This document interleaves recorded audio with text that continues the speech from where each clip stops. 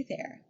So I felt like reviewing my blushes today. I almost got them out and just started swatching them on myself just for my own pleasure. And I figured it might be helpful to do this on screen and let you see what different blushes look like next to each other in case you're interested in any of these. And I'll probably give like a little mini review with each one of these blushes. So if that's something interesting, then please keep on watching. And let me go ahead and bring them out.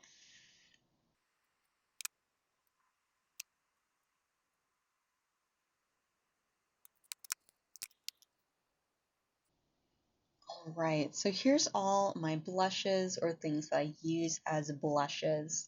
So, maybe I should go in chronological order because it's only been in the last year that I've actually owned blush. Before that, I was absolutely convinced that blush looked horrible on me, mostly because I have a lot of surface redness to my face. It's a bit better now than it was when I was younger, but when I was younger, I had redness on my face all the time, and it was very, very noticeable, and it really bothered me. And I think that anytime anyone had put blush on me, it was warm toned. And I have somewhat recently learned that I'm very cool toned, and that anything that isn't also very, very cool toned will run red or orange or peach on me. And that literally just brings a lot of attention to the surface redness on my face. Whereas something that is more cool toned will actually take away attention from the redness in my face and will actually bring more attention to the overall undertones in my skin. So you know what? Let me pop these all open so you can see the colors that we're working with.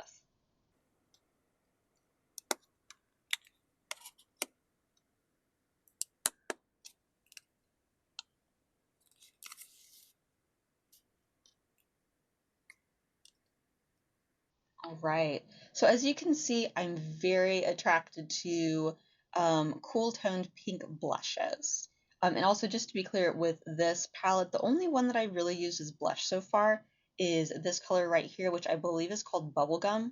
I'll probably try to use these other pink or pinky purple colors, but I don't think any of those other ones is really going to work for me, both tonally and formula-wise.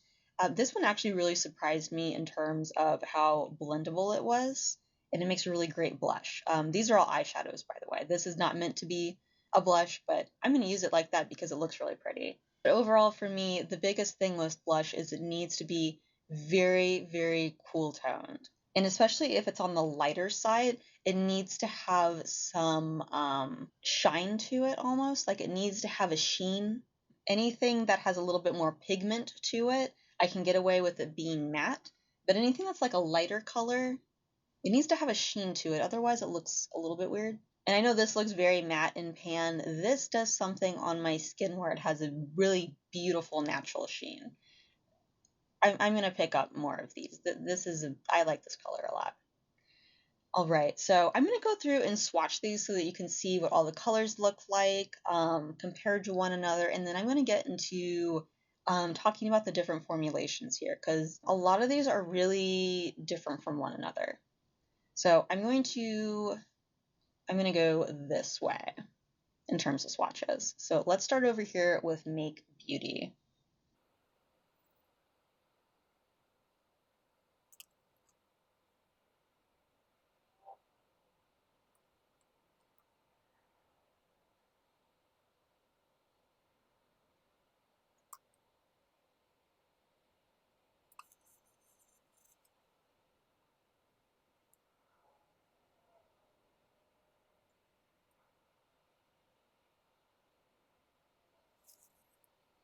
All right, so this is all of the different colors. We're starting up here with Make Beauty in, I think it's called Fuchsia Fusion, Fuchsia Flush. So this is Fuchsia Flush. For Make Beauty, this is Give Me Glow Pink Freak. This one is House Labs. It's the pink highlighter. I think it's in pink quartz, rose quartz. So this is Rose Quartz. This is the Hourglass blush in Ethereal Glow. Give Me Glow eyeshadow in Bubblegum, and then finally Haus Labs in Dragon Fruit Daze. And I really like, or well, I like most of these. I don't like all of these as blush. I think some of the formulations just don't quite work for me, and others work just really, really well. And really the first two I want to talk about is Make Beauty and Haus Labs.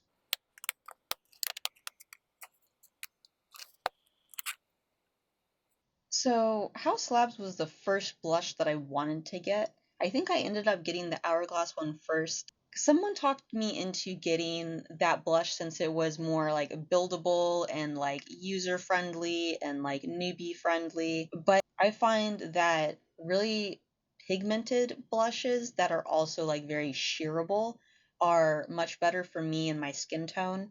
I think that has something to do with how saturated my skin tone is. In addition to being very, very cool toned, I think my complexion is very saturated. So things that don't have a lot of color in them, my skin just kind of eats up. I have to really build up the Hourglass one for you to see that there's any pink in there. I mostly use this one as a highlighter. But these two I was really happy with. And in particular, so Haus Labs was what I started with. And I remember being in Sephora and swatching this and just being amazed.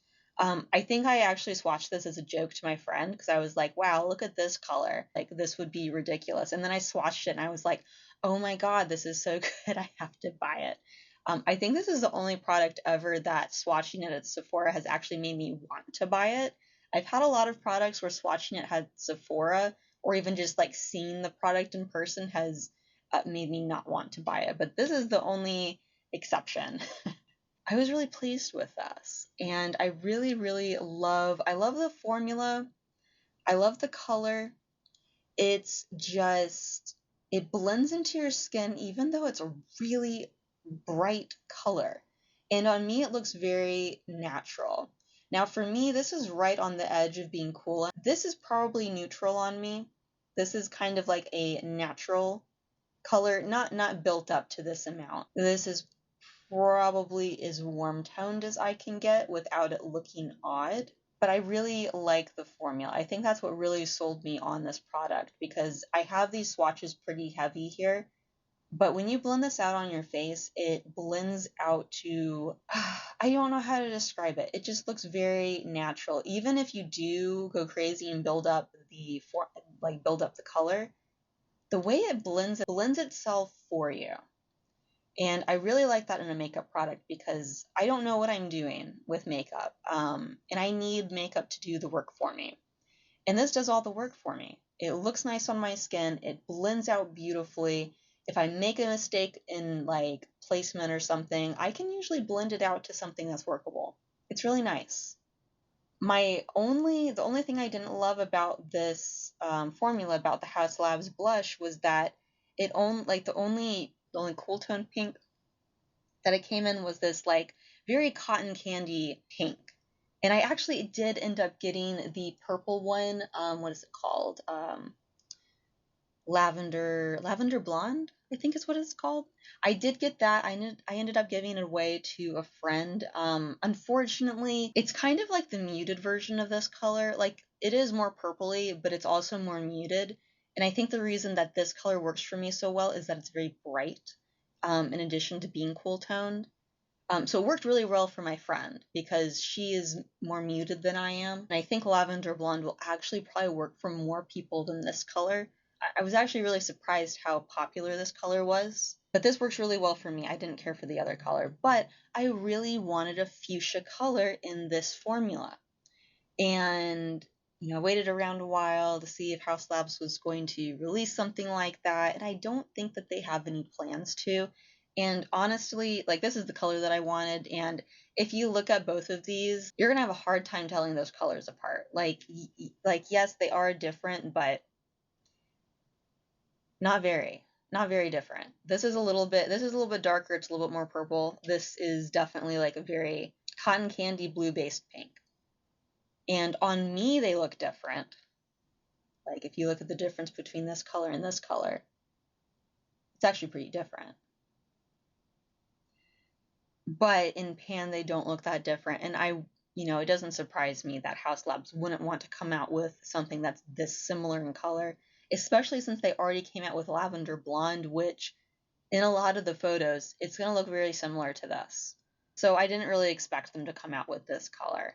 And I did a lot of researching, trying to figure out, okay, well, what other blushes have this kind of a formulation? And I kind of didn't come up with anything. Everything that I looked at was not exciting. Or if I thought that I had a good candidate, I would go into Sephora and swatch it, and it would kind of be a dud. So I finally took the leap with Make Beauty. I'd been looking at this color for a while, and I do think that the formula is similar on, like, when I'm applying it to my cheeks. I think, like, when you're doing a swatch, this ends up being like maybe more powdery is a way of describing it. Like, everything I do with this color from Haus Labs is absolutely smooth. It goes on like butter. This, when I swatch it does a weird powdery thing, but on my face it does the same thing. It blends in the same way.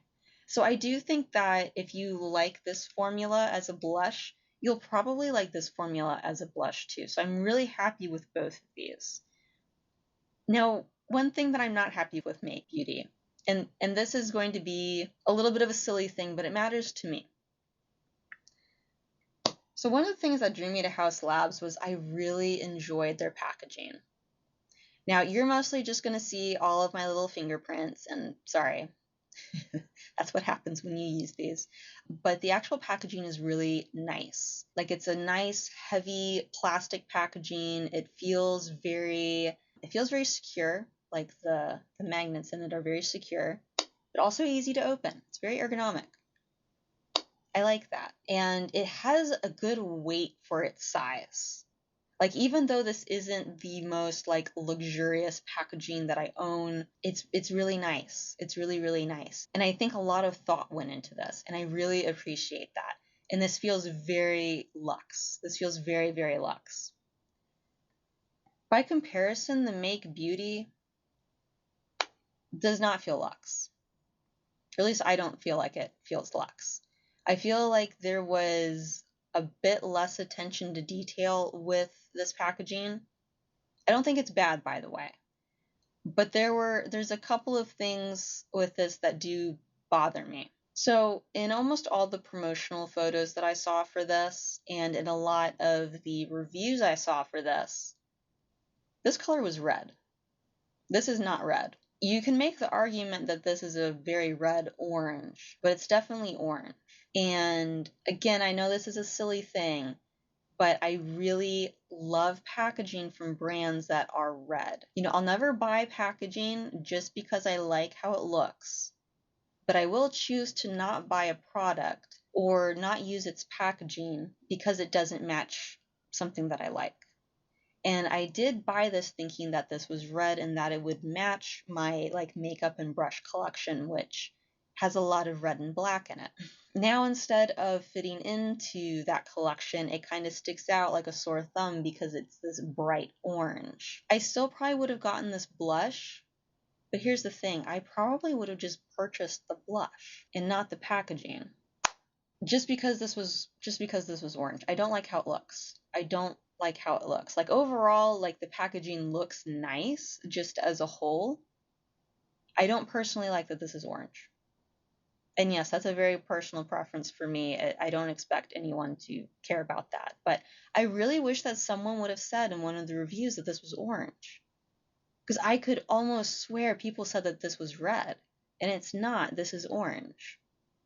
Anyway. The other thing that's probably something that I also wish that people had mentioned, I feel like all the reviewers who reviewed this said that this packaging felt very luxe. And like, I guess overall the weight, like if you just hold this in your hand, like it has some weight to it. I don't think that it has a good weight for its size. It kind of strikes me more as like Hourglass packaging in that it's lightweight. But what really kills me is the relative weighting of the upper and lower portions of this packaging. Because even though the way that it opens, you have this little rest back here. so it doesn't fall over. If you hold this in your hand, it feels weird because it's top heavy. It's like really top heavy. I don't know what the relative weight difference is, but the top of this feels a lot heavier than the bottom. And that makes it feel cheap.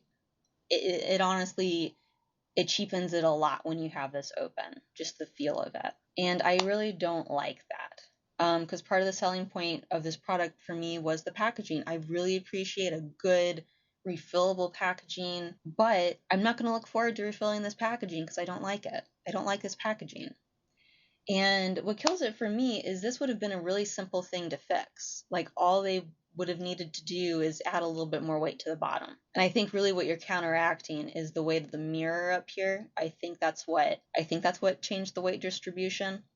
And I do appreciate that they did like engineer this in a way so that even though it's top heavy, it doesn't fall over because the way that this hinges out. But the fact of the matter is when I'm using a product like this, I don't have it sitting on the table like this. I mean, I might, and I'm happy it can stay open like this, but usually have it in my hand like this. And if I'm not holding it, it could totally fall off because it's top heavy. And that makes me sad. You know, I know this isn't, I don't think Make Beauty is, they're not calling themselves luxury beauty, or at least I don't think they are. And I like a lot of other aspects of this packaging. I like the magnets. The mirror itself is actually pretty nice, even though it doesn't go like over the entire easel. It's actually pretty nice. But I feel like a little bit more thoughtfulness would have made this a much better compact, and I don't think it would have cost a whole lot more. Not that I know anything about pricing, but I can't imagine adding a little bit more weight to the bottom to counteract the weight of the mirror would have cost all that much more. So I was a little bit disappointed in that. I still like the product. Blush is good. I love it. Packaging, I'm not going to enjoy seeing this in my drawer, honestly. I do not like the orange. The orange it's not a pretty color for me.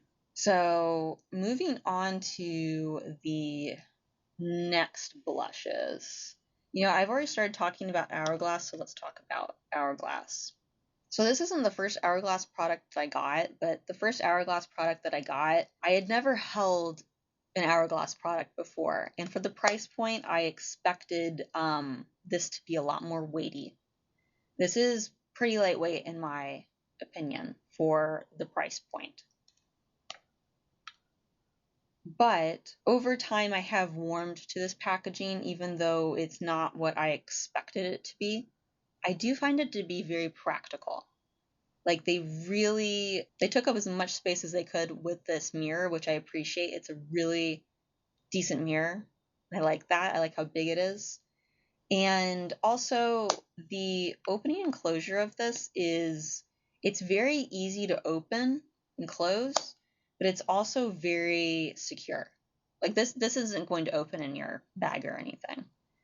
And I like that. I do like that about it. This is very good for traveling. And I have noticed that, besides like all of my fingerprints and whatever, this doesn't really like scratch or nick or anything. So it does sort of keep its looks over a long period of time. And I do appreciate that. So this doesn't feel as luxe as I would like. It doesn't feel as luxe as I expected it to. But it is very practical and I appreciate that. Now, as for the actual product in here, this is a really lovely blush, but it's not very pigmented. And that makes it really hard to use on my skin. Like on my swatch, I kind of built this up. And the problem is to build it up to get any sort of pigment on me, it looks almost a little bit powdery because I have to build it up to get any of that pink in there. I find that I use this a lot less as a blush and more as like I don't even know if a highlighter is the right word, but like a luminizer. Like it does give the typical Hourglass like blurring effect to the skin. Like it looks really pretty. It makes your skin look really pretty, but there isn't much pigment to it. So I don't really use this as a blush. I don't really think of this as a blush. And I probably wouldn't repurchase this because I have other powders that I prefer to use as like a luminizer or a finishing powder. And I don't love this one. I feel like this would be okay for someone with really fair skin, but at the same time, one of my friends has really fair skin and she still preferred the House Labs. I mean, she likes the Dragon Fruit Daze, but she likes Lavender Blonde better. And she still preferred the House Labs over this. So I'm not sure if I can really recommend this to anyone. This was really sold to me as a blush that you could do no wrong with, because you're not going to build it up enough that it would look ridiculous on you. Unlike a lot of my other blushes that it would be really easy to do that with. But I find that because of that, it's not really usable for me as a blush. So it's a pretty product, but I probably wouldn't repurchase it. I will still keep it and use it though. Like, it's still a pretty product, but I don't consider it a blush for me. So moving on to, let's go with the Haus Labs highlighter. So this is the highlighter in Rose Quartz, and I don't think I got this originally as a blush. I got this as a highlighter and kind of like as a topper for this blush. But it really does stand alone as a blush if you want it to.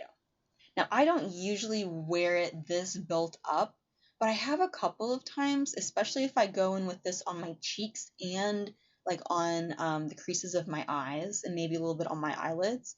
Very, very pretty look. Very like natural in a very ethereal way. It's very pretty. And also, if you have this or any of the Haus Labs formulas, I really recommend you blend it in with your fingers because it gives the sheen that I don't really think anything else does, and it looks like it's your skin. It just melts right into your skin. And it's so, so pretty. So I use this either as a blush topper or as a blush if I'm going for something very light. And it's funny, even really blended out, this still has more pigment in it than this one. So it's funny. I think this highlighter from Haus Labs gives me a lot more of what I was expecting from the Hourglass powder. So, if I had to choose between these two, I would hands down go for this one. Meow. Meow. All right, I'm back. All right, so I highly recommend this product. I really like it. And in general, I've been really happy with the Haus Labs products that I've had so far. So very much like these two. I like this product, not this packaging. I can now respect this packaging, but this product is not the right one for me. So let's talk about our last two blushes.